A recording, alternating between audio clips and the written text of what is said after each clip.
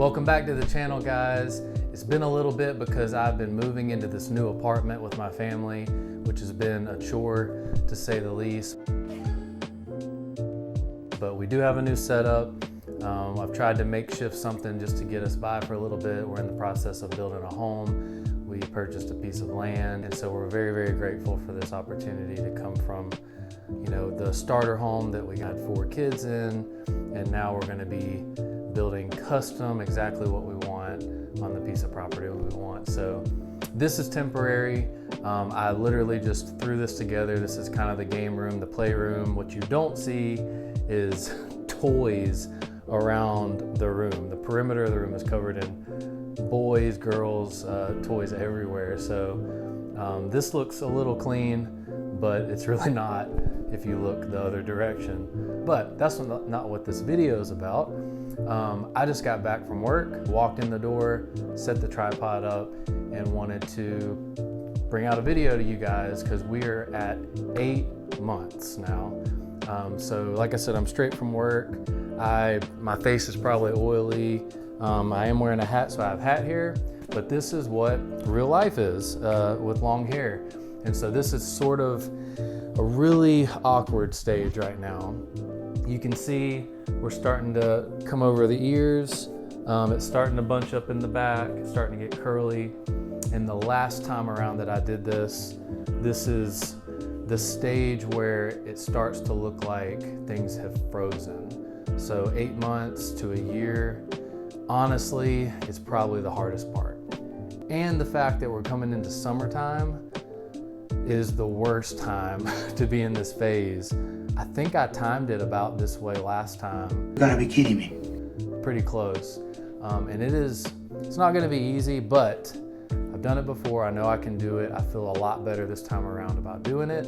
And so we're gonna finish this thing out and we're gonna get back to where we wanna be. So I'm gonna do a little spin for you like I like to do, so you can get a full picture of everything and what to expect. If you have the same hair type, which, like I've said before, is a dry, high porosity type hair, doesn't really hold moisture very well. If you've seen my other videos, you've heard me say that. But this is what to expect, and here's some of the length in the front. We are at the stage now where I am training it backwards. The last video you watched, I hadn't quite started that process yet. I was keeping it forward, but now we are pushing it back, and we're gonna start getting that all trained to where it falls how we want it to fall. I'm starting to work on the part that I want, which usually is about right here, and pulling it over so when it gets long, it'll lay properly. So start that now.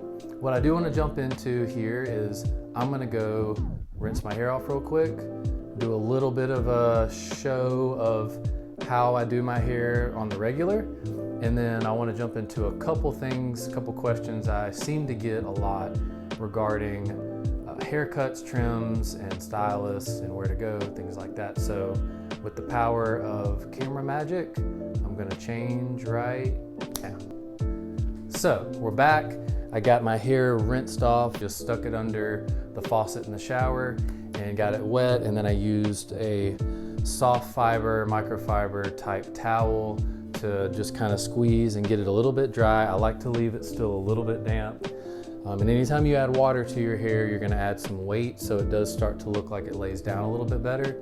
But throughout the day, humidity, heat, there's different things that are gonna change that. So throughout the day, you have to keep in mind it is gonna draw up a little bit, it's gonna curl a little bit in my case, and it's not gonna really look like this. If you wanna maintain this sort of look, a wetter look, you're gonna have to utilize a gel or a hairspray and kind of scrunch it in your hair to solidify that wet look. And you can obtain that if you want. But quickly, I'm gonna show you a little bit of what I use.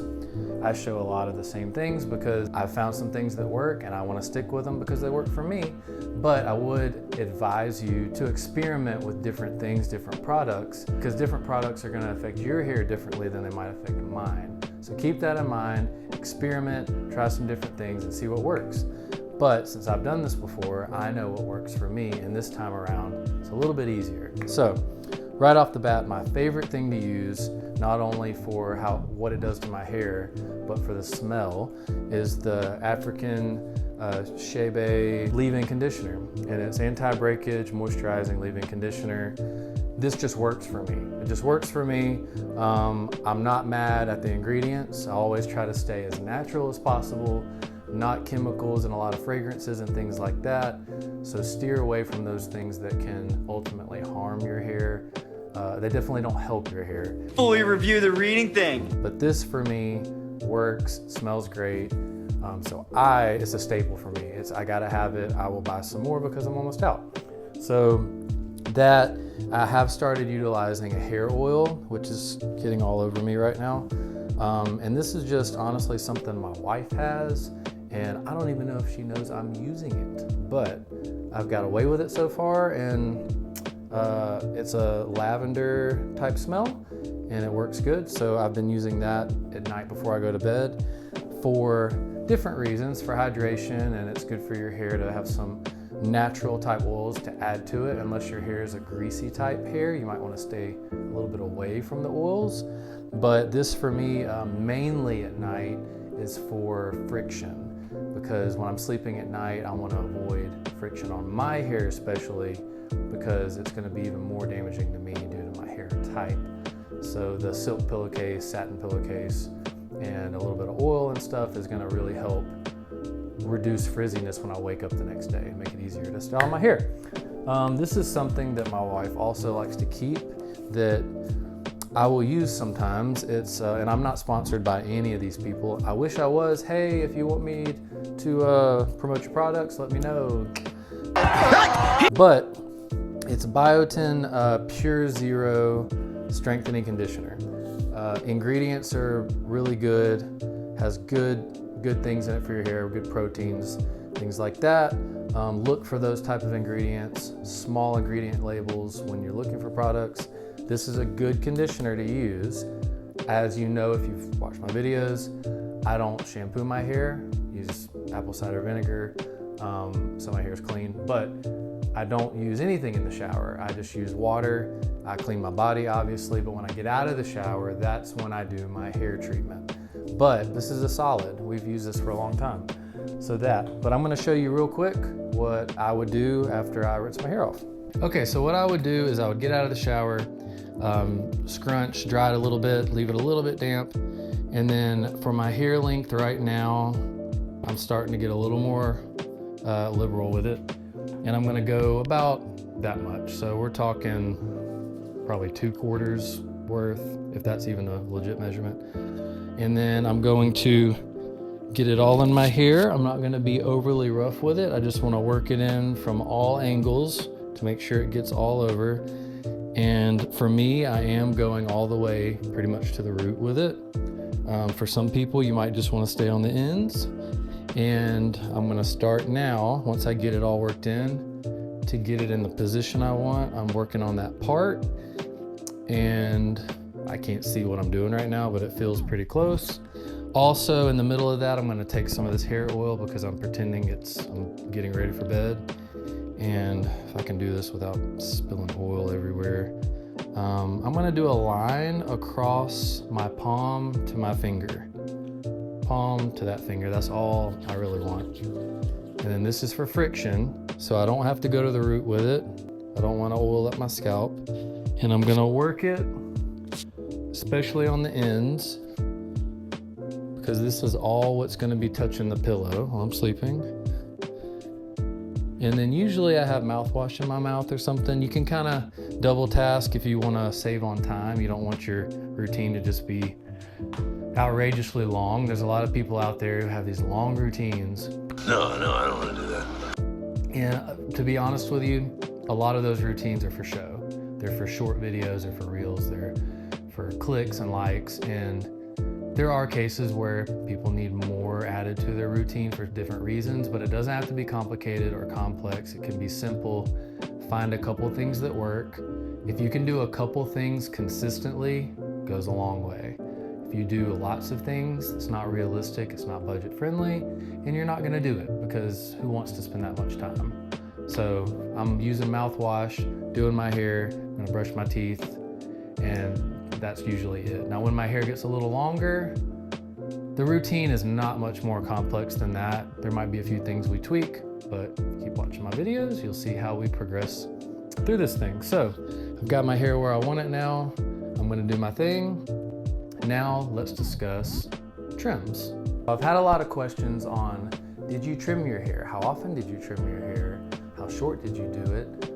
Who did you use? Did you use a barber, a stylist? These types of questions really are regular that come my way. And they're legit questions. I had the same questions when I started my first go around.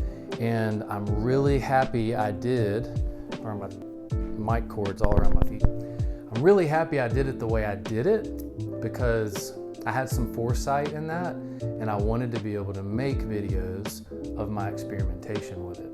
So I'm gonna go back into the archives of my mind a little bit. I remember it pretty vividly. So the first year, I wanted to make a video on 1 year of hair growth without cutting it, just purely for a video purpose, just to see what it was like, even if I had damaged hair. So I did that. I did 1 year, and I have that video. It's one of my first hair videos, if not the first one, probably is. 1 year, no cut. And what I saw from that was my hair, yes, it grew a little quicker than it would have if I would have trimmed it. But if I wasn't trying to do that for the purpose of a video, I would have trimmed it a little earlier, because I did notice once I got to that year, it started to have a little bit of the damaging ends on it. Some of the split ends were coming into play, and you can kind of see that when you brush your hair, when you look in the mirror. It starts to look a little bad, to be honest, and it gets frizzier. And so I stuck through it and I did it that way, but I wouldn't do that now in this phase 2, time 2 around. But I would get a trim before 1 year. Now, I did that the first year. Now, after that, I wanted to see, okay, let me try 4 months and see what that does. So I went 4 months and I got a trim. That's too short. That time gap for me and my hair type was too short. 4 months was not enough to really show much damage. It was purely, like I said, these time gaps were purely for you, for experimentation, not for you, but also for me, and to make videos on it and to give you this explanation. So 4 months, too short. I would recommend waiting longer. The next time I did 6 months. So let's try 6 months. I lost my background here. Lost my ambiance, my Hobbit village. Bucket list item, by the way, if anybody wants to send me some money, bucket list. Okay, so 6 months. 6 months was borderline. It's a little too short for me, but it's close. If you want to do 6 months in a trim, I think that's it's not bad. You might need to evaluate it a little bit, evaluate your breakage and your dryness and your split ends, and just see what it is for you. 6 months is borderline. I wouldn't go earlier than that.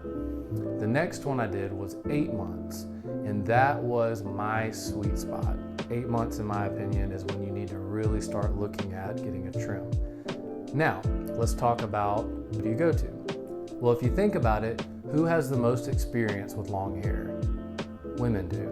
That's just the truth. So in my opinion, I thought it made more sense to go to a stylist. You can go to a barbershop if you want to, but their expertise is in short hair. So if you want to do your hair right, go to someone who does long hair all day long. Just makes sense. There are a lot of men chasing us. Well, they should be. Listen, you have nothing to worry about, okay? Because I'm going to turn you two into the belle of the ball. Thank you. Absolutely. So don't cheapen yourself on this. You don't have to go to some high maintenance, high price salon either. But for me, I found a salon that was very accredited. They had great stylists. You can even ask the stylist what their, I'm drawing a blank on it now, but they actually have grades of stylists who are more experienced than others. So you can ask that information. You can go on some of the websites and see what their credentials, licenses, experience, all that is, and find someone that you're comfortable with and see their body of work. You can ask that also, but tell them, be transparent with what you're trying to do. Like me, I went in to the salon I chose. I knew them fairly personally. They knew my wife, and I knew that salon was known for good work. and they primarily do females.